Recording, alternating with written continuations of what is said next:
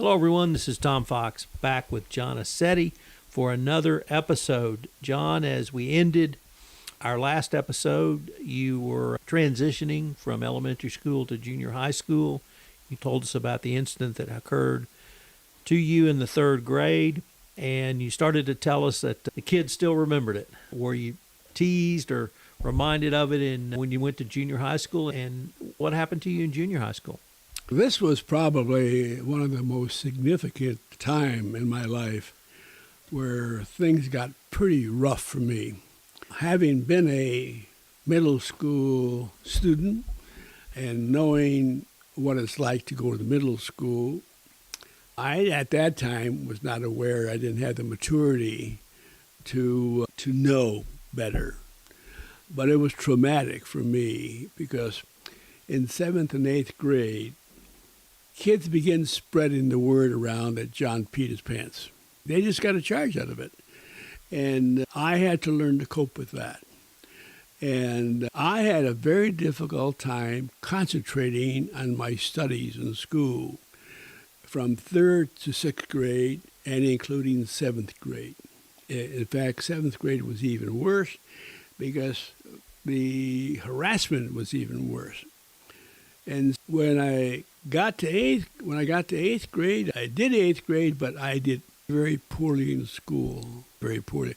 I found it difficult to listen because I was more worried about if I had to go to the bathroom or not.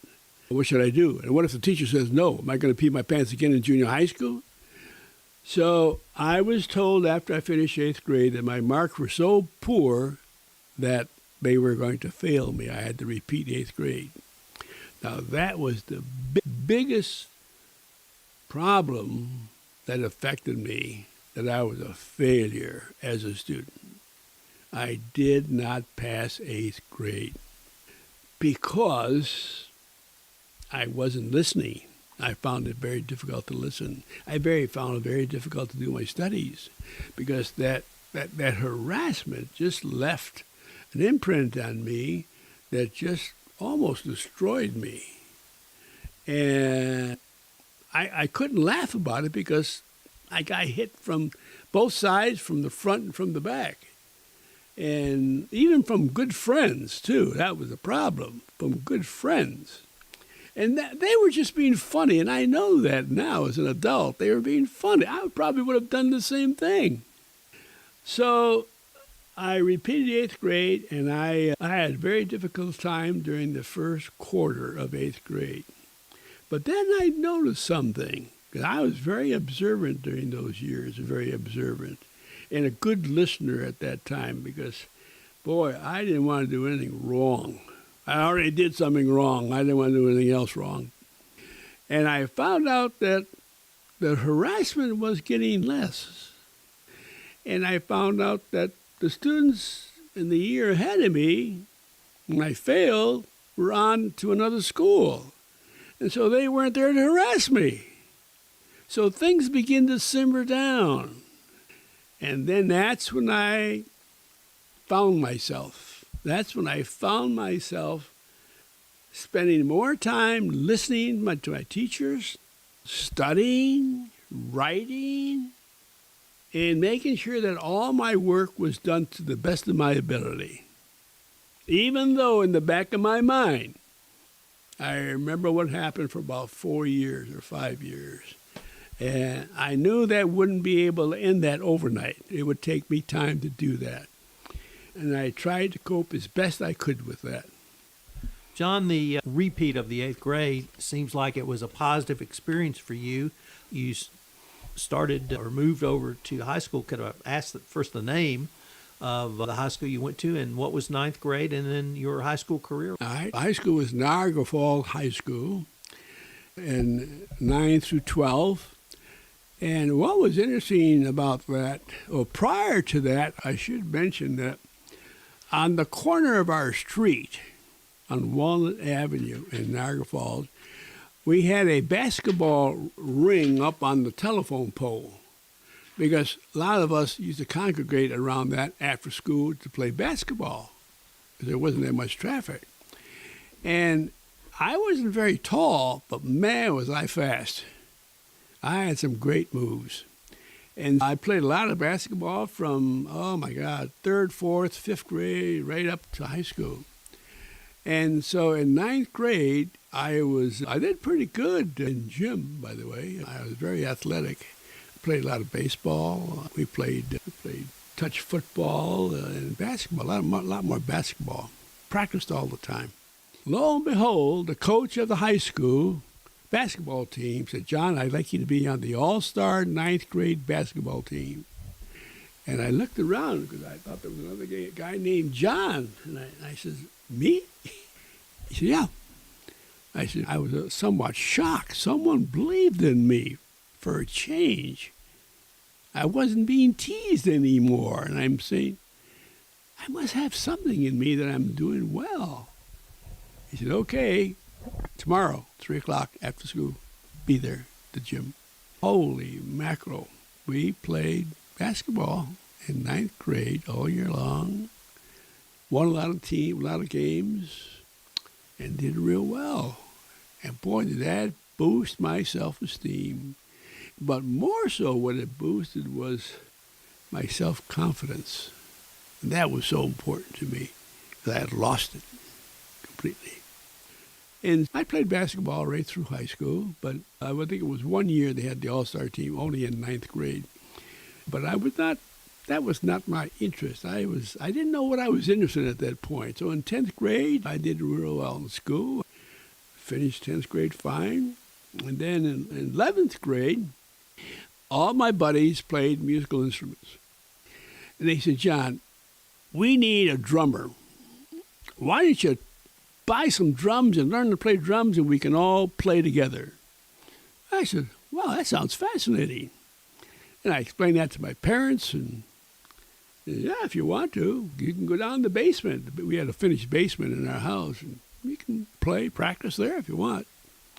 I did, but my God, my parents, what wonderful people. They had to leave the house almost every night because it was so loud. I loved them and thanked them for being so kind. But there were 5 of us that played. They would come to the house, and 2 of the fellows were 2 black kids from the high school.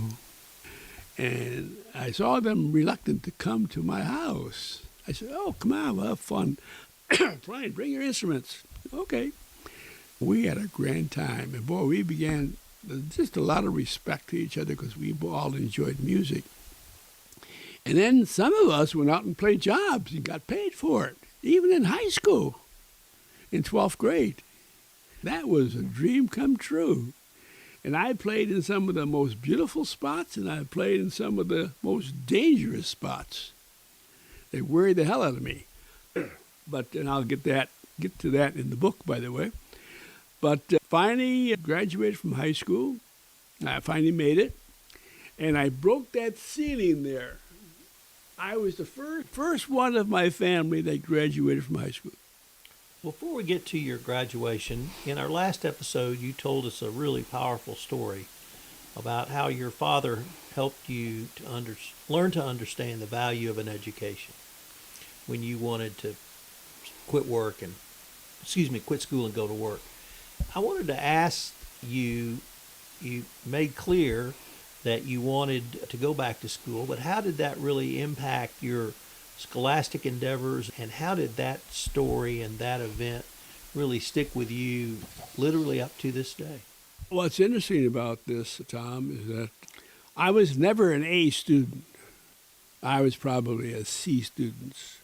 Got average grades, like most people did.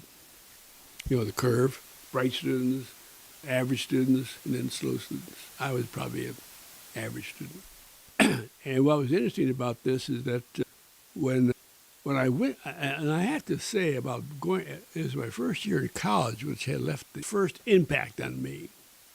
So I have to bring that up, is that when studies got difficult, and I would sit back and say, geez, this is tough, man. Oh, then I would sit in my chair and I'd look up and all of a sudden a cloud appeared.